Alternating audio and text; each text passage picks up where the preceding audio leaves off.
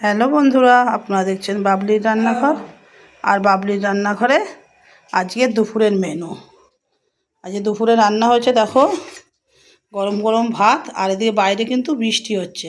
গরম গরম ভাত হয়েছে, আর তার সঙ্গে হয়েছে দেখো বেগুন ভাজা শীতের।